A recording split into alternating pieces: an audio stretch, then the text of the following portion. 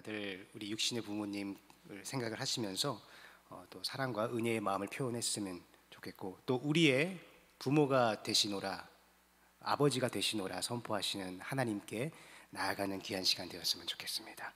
그래서 오늘 어떤 말씀을 전할까 고민을 하다가 어차피 오전에 우리 담임 목사님께서 어버이 주일에 관한 말씀을 전해주셨기 때문에 저는 또 어제 우리 같이 갈래 컨텐츠가 공개된 거 아시죠? 근데 조회수는 꽤 올라가고 있는데 답글이 너무 안 달리는 것 같아요. 다들 베스킨 아이스크림에 별로 관심이 없으신지 댓글도 많이 달아주시고 관심을 표시해 주셨으면 감사하겠습니다. 그래서 저는 앞으로 이번 한 달은 우리 같이 갈래 컨텐츠와 연결된 주제로 좀 말씀을 전할까 준비를 하게 되었습니다. 아마 다들 노스트라다무스라는 이름을 들어보셨으리라 생각을 합니다. 한때 전 세계를 강타했었던, 떠들썩하게 만들었었던 유명한 예언가의 이름입니다. 이 사람이 1999년 7월 달에 지구에 종말이 온다라고 예언을 해서 당시에 굉장히 핫했습니다. 다행히 그 예언이 빗나갔기 때문에 지금 우리가 잘 살아있는데요, 사실 어떤 과학적인 근거도 없는 그런 조금은 황당한 그런 예언 때문에, 그것도 그 사람은요 500년 전 사람입니다. 그런 사람이 했던 말 한마디 때문에 이 과학 문명 사회를 살아가는 이 전 세계 현대인들이 술렁거렸던 이유가 무엇일까? 이 과거에 노스트라다무스가 했던 여러 가지 예언들 중에서 신기하게 들어맞았던 것들이 여러 개 있다는 거예요. 누가 교황이 될 것을 예언했다, 나폴레옹을 예언했다, 히틀러를 예언했다, 심지어는 2001년에 있었던 미국의 9.11 테러까지 예언을 했다, 이런 말도 있더라고요. 근데 생각해보니까 좀 이상합니다. 아니 99년에 지구 종말을 예언했으면서 어떻게 그 뒤에 있는 2001년에 테러를 예언을 했을까? 근데 정말로 이 9.11 테러 당시에 이 검색어 순위권에 노스트라다무스가 올라갔다 하더라고요. 연관이 있었나 보죠. 아무튼 이 노스트라다무스를 연구하는 사람들의 말에 의하면 이 사람이 우리가 생각하는 것처럼 몇 년, 몇 월, 며칠, 몇 시에 어떻게 무슨 방법으로 이런 일이 일어날 것이다, 이렇게 명확하게 글을 남겨놓은 것이 아니라 그가 여기저기에 남겨놓은 어떤 비유라든가 상징이라든가 이런 글귀들을 이제 모아서 해석을 하는 과정에서 그런 결론들이 나오는 것이라고 합니다. 그러니까 한마디로 귀에 걸면 귀걸이고 코에 걸면 코걸이가 될 수 있는 그런 것이겠죠. 아무튼 노스트라다무스는 한때 굉장히 유명했던 사람이었어요. 근데 아마도 이 예언을 진지하게 받아들이는 사람은 그렇게 많지 않았을 겁니다. 저도 그때 당시에 중학생이었는데 그냥 흥미거리로 받아들였거든요. 근데 우리는 그것이 허무맹랑한 황당한 소리라는 것을 알면서도 마음속 한구석에는 그것을 굉장히 흥미롭게 바라봅니다. 특히나 우리 기독교인들은 이 종말이라는 것이 언젠간 반드시 올 것이다 라고 믿는 사람들이기 때문에 언제 어떻게 이것이 실현될까 한편으로는 조금 궁금한 마음이 있지 않습니까? 그래서 우리 보면은 종말에 관련된 책이나 영화도 많이 등장을 했죠. 자연재해가 일어나고 우주에서 운석이 날아오고 이런 인류가 멸망에 처하는 영화들이 많이 나왔고, 우리는 그런 영화들을 흥미진진하게 바라봅니다. 우리 안에는 은연중에 종말에 대한 두려움과 함께 호기심을 가지고 있기 때문이에요. 서두부터 제가 좀 이렇게 무거운 이야기를 꺼냈느냐 이런 생각을 하실 수도 있겠는데요, 우리는 일상 때문에 쉽게 잊고 살아가지만 교회라는 공동체는요 분명한 종말론적 공동체이기 때문입니다. 모든 것은 시작과 끝이 있죠. 영원히 변함없으신 것은 하나님 한 분뿐입니다.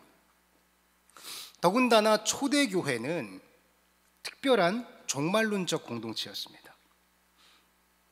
근데 이 종말론적 공동체라는 것은 내 삶을 다 포기하고 어디 산속에 들어가서 그 마지막 날만 기다리고 앉아있는다, 이런 이야기가 아닙니다. 초대교회 때도 이렇게 잘못된 종말관을 가지고 잘못된 삶을 살아가는 사람들이 있었기 때문에 바울은요 그 사람들을 책망하면서 현재의 삶을 충실할 것을 데살로니가 후서 3장에 기록을 하기도 했죠. 자, 바울과 그리고 초대교회가 가지고 있었던 건강한 의미에서의 종말론적 신앙과는 언젠가 닥쳐올 그 종말을 염두에 두고, 근데 말 그대로 이게 언제 어떻게 일어날지 아무도 모르기 때문에 하루하루를 최선을 다해 하나님과 동행하며 살아가는 것이 바로 종말론적 신앙관이라는 거예요. 자, 그런데 우리는요, 머리로는 그것을 알아도 우리의 일상의 삶에 익숙해져서 살아가다 보면은 사실 이 종말이라는 단어만큼 어색한 단어가 또 없지 않습니까? 와닿지가 않아요. 그러나 기독교는 본질적으로 종말론적 공동체이기 때문에 과연 우리들이 평소의 삶 속에서 얼마나 그 종말을 준비하며 대비하며 살아가고 있을까? 이것이 우리 그리스도인들의 가장 큰 딜레마라는 겁니다.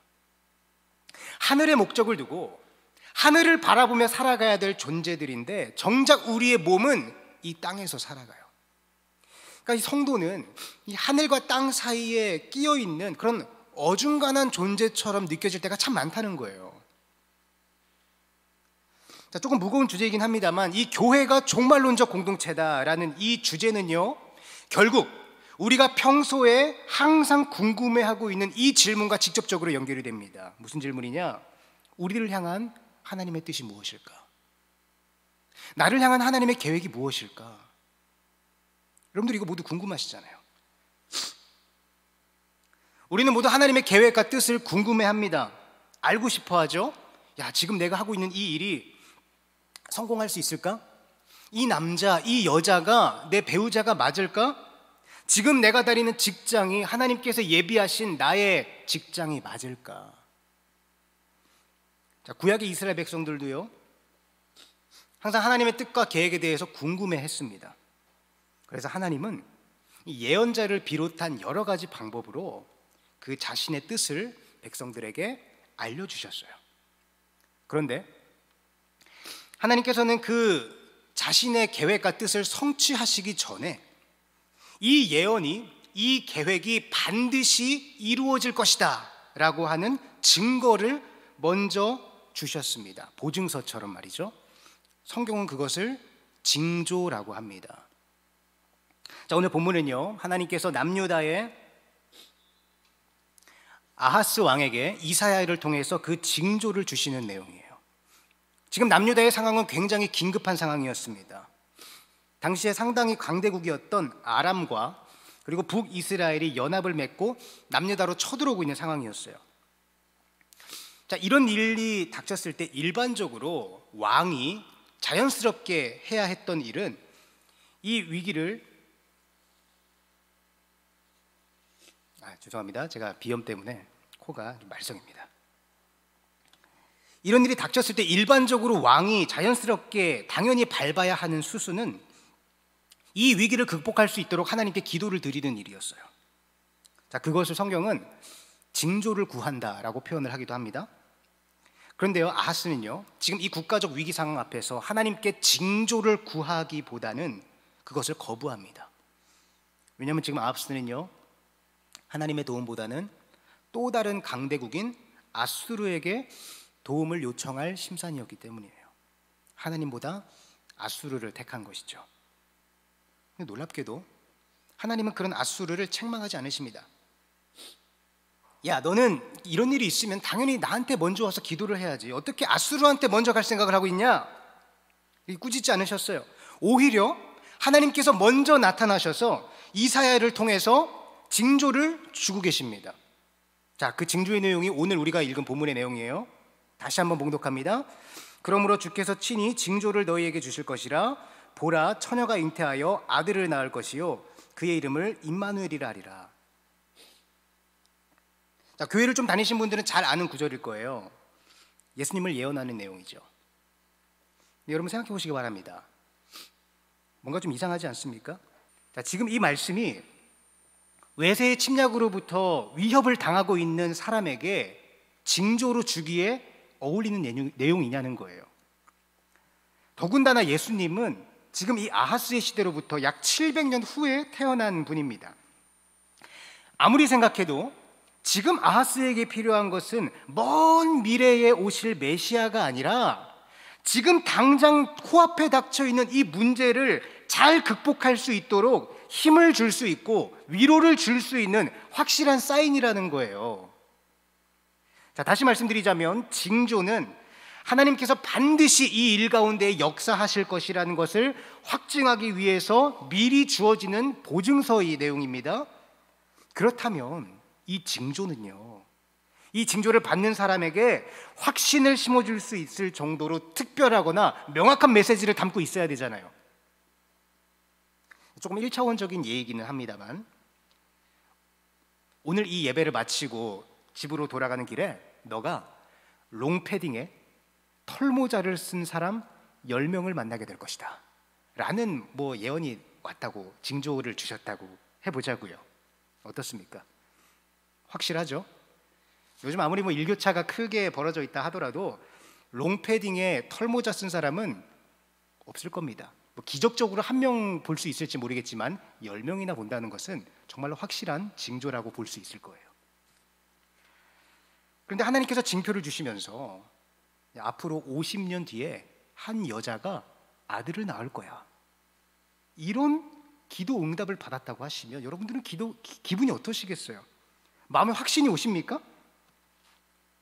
더군다나 오늘 본문을 조금 구체적으로 살펴보면요, 지금 우리가 보고 있는 이 한글 성경은 처녀라고 번역을 해놓았는데 이게 알마라는 단어입니다. 근데 이 알마라는 단어는 처녀라는 뜻 외에도 젊은 여자 혹은 결혼 정년기의 여자라는 뜻도 포함하고 있다는 거예요. 히브리어에는 이 처녀라는 의미를 가진 벳둘라라는 단어가 있다고 합니다.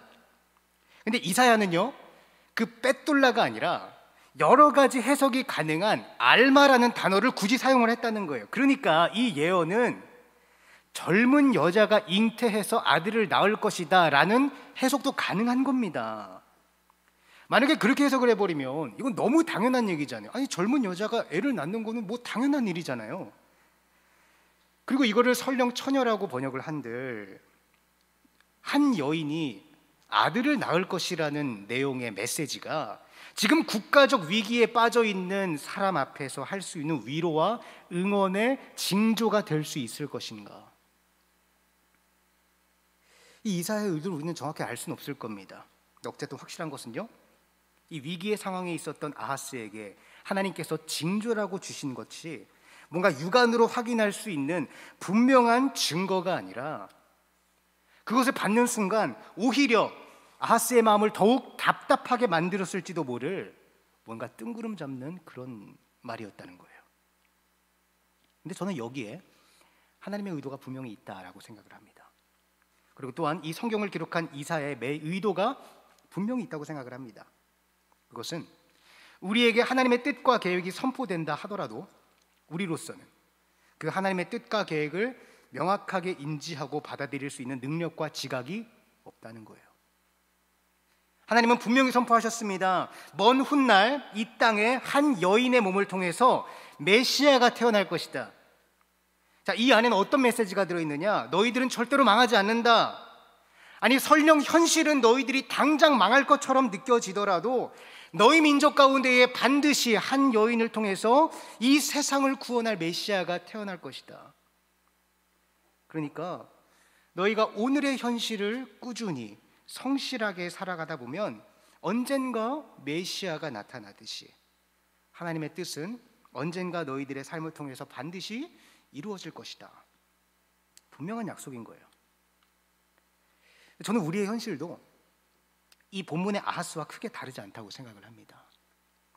여기 계신 분들 모두 성경이 하나님의 말씀이자 진리인 것을 믿고 계신 분들이라 생각을 합니다. 그렇다면 이 질문을 우리 스스로에게 한번 던져보았으면 좋겠어요.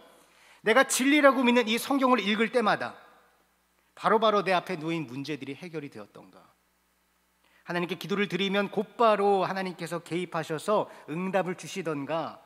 내가 하나님의 이름을 부르기만 하면 하나님께서 바로바로 징조를 주셨던가?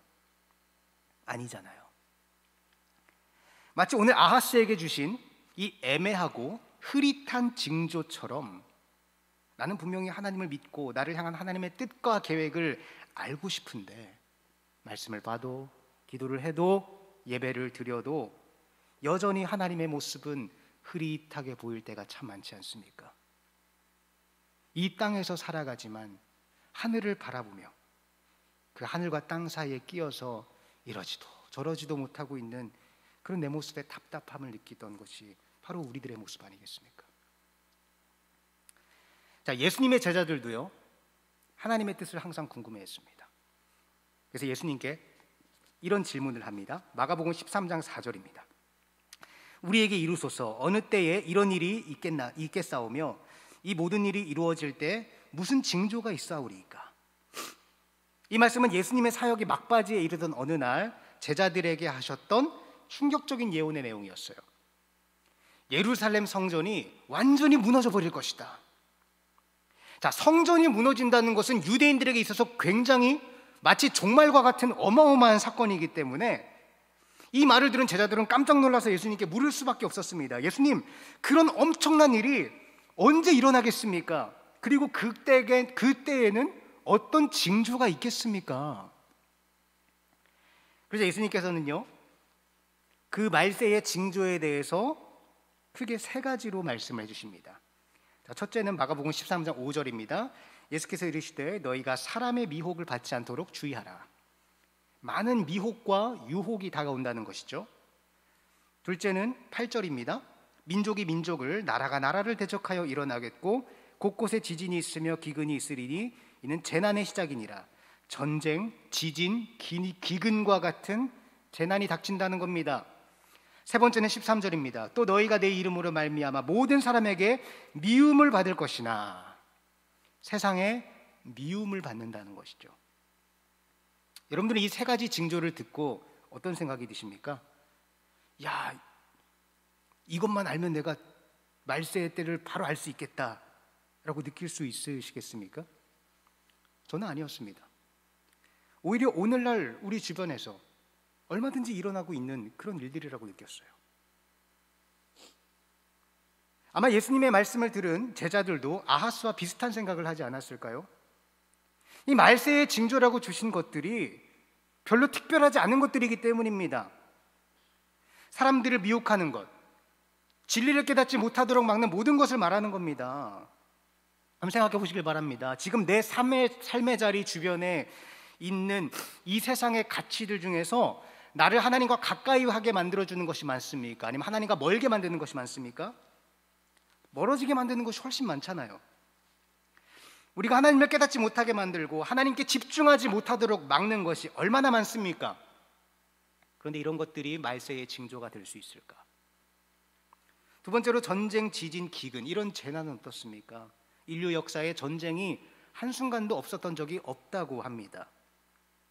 더군다나 예수님이 사셨던 고대 시대 때는 국가들끼리의 전쟁이 비일비재했습니다.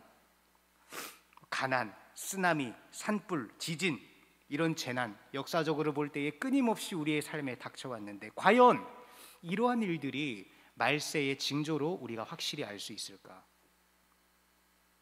세 번째로 예수 믿는 자들에게 핍박과 박해가 올 것이다. 이렇게 해놓으니까 뭔가 굉장히 대단하고 자극적으로 여겨지지만 이 시대가 그렇지 않습니까? 물론 우리 교회가 세상에 본이 되지 못한 모습을 많이 보여준 것도 있습니다. 그러나 교회가 세상 사람들에게 박해를 받고 핍박을 받고 욕을 먹은 것은 하루 이틀 일이 아닙니다. 언제나 있어 왔던 일이죠.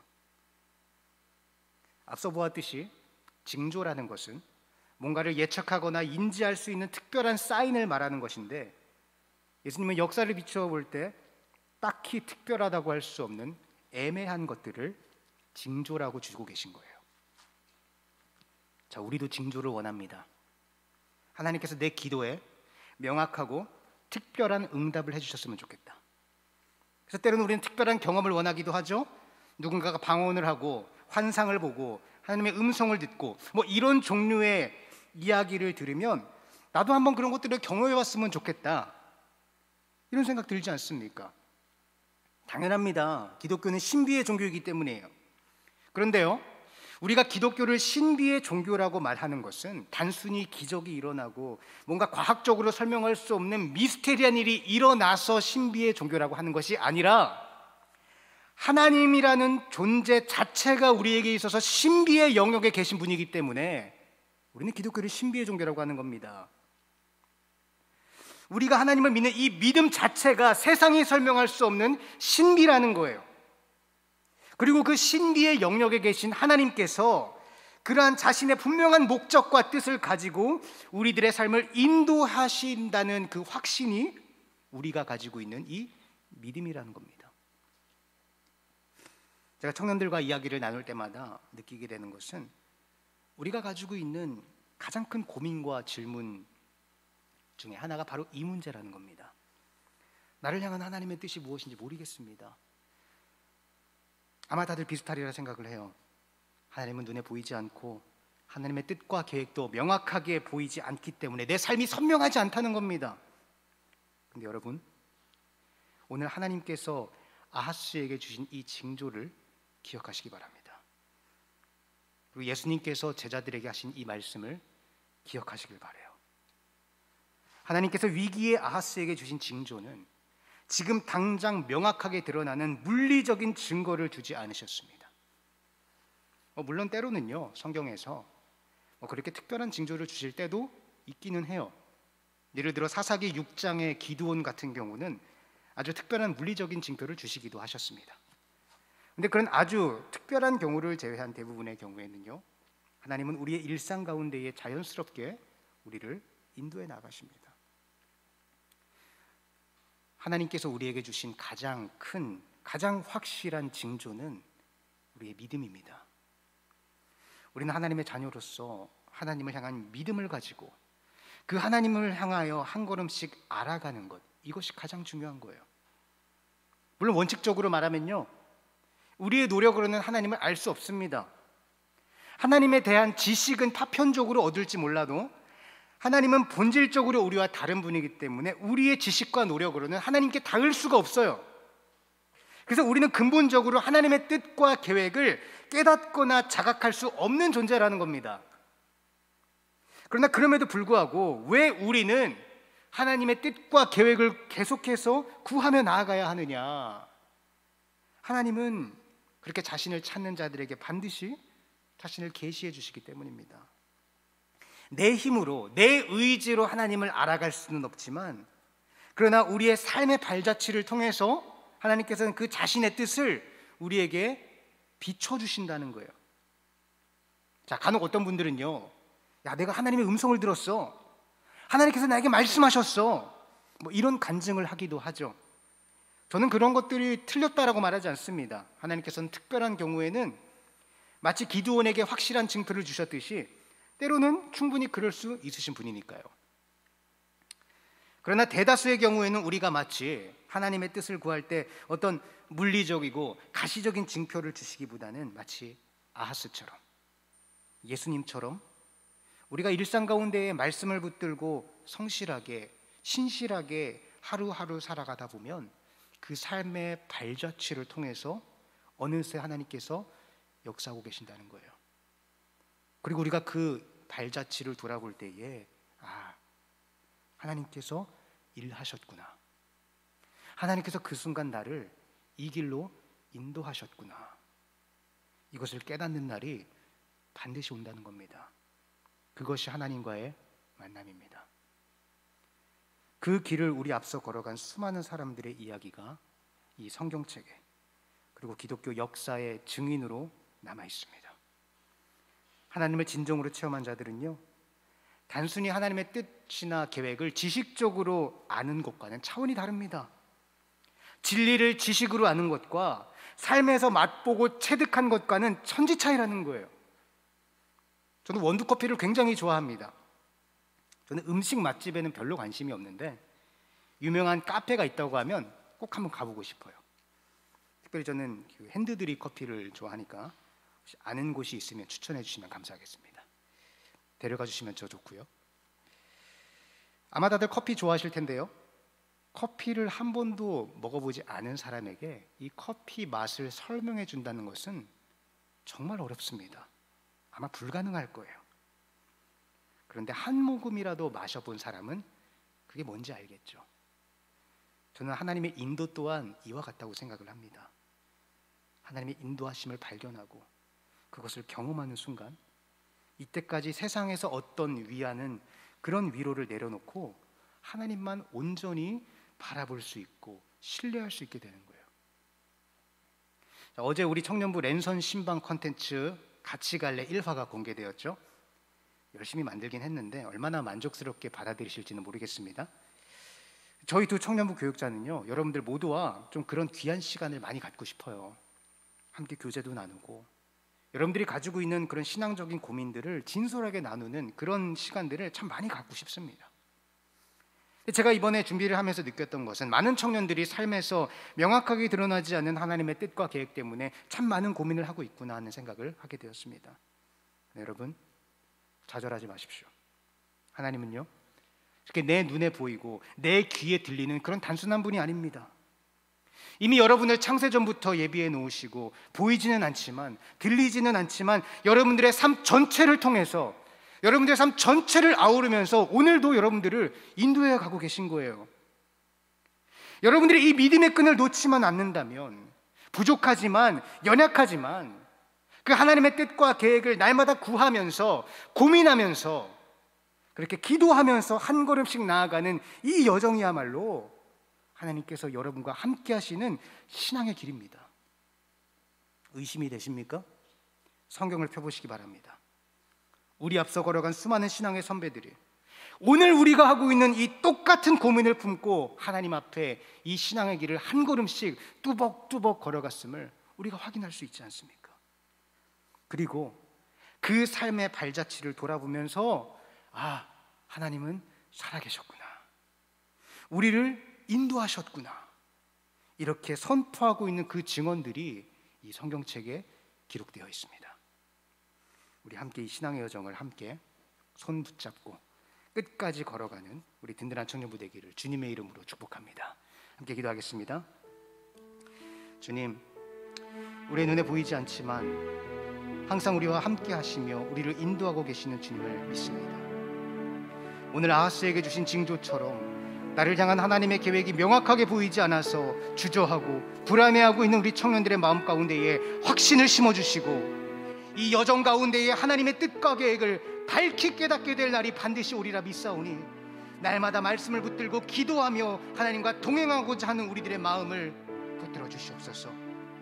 또한 하나님, 속히 코로나로 인한 사회적 거리두기가 완화되어서 함께 교제 나누고 이 신앙의 여정을 함께 더 밀도 있게 걸어가고 싶습니다. 그때가 오기까지 우리 안에 믿음이 식지 않게 하시고 하나님을 향한 열정이 더욱 커져갈 수 있도록 함께하여 주시옵소서. 예수님의 이름으로 기도드립니다. 아멘.